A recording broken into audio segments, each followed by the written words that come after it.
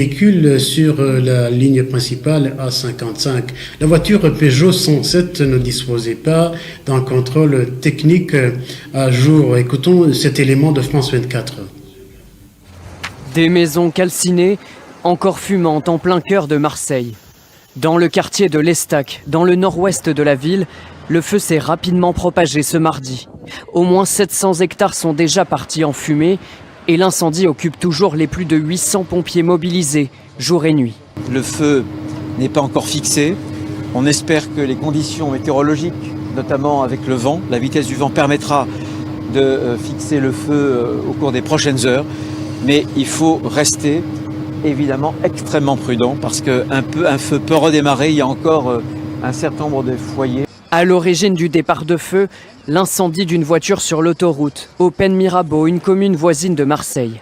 Des flammes attisées par un vent violent, provoquant des sautes de feu et multipliant les foyers à éteindre pour les pompiers, rapidement débordés. Ici, ce sont des policiers qui tentent de sauver cette maison avec de simples seaux d'eau. Ses habitants, poussés à évacuer, sont abasourdis. Quand on était dehors, on a vu des oiseaux s'envoler en flammes.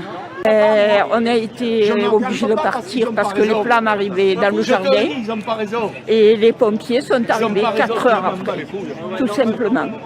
Et depuis, on est là et on n'arrive pas à savoir si notre maison est encore debout.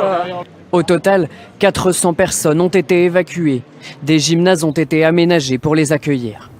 L'incendie a aussi perturbé le trafic. L'aéroport d'Aix-Marseille a été fermé dès la mi-journée ce mardi. Certains vols ont repris dans la soirée.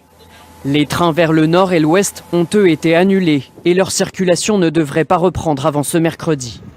En dehors de Marseille, c'est tout le sud-est de la France qui est concerné par les incendies.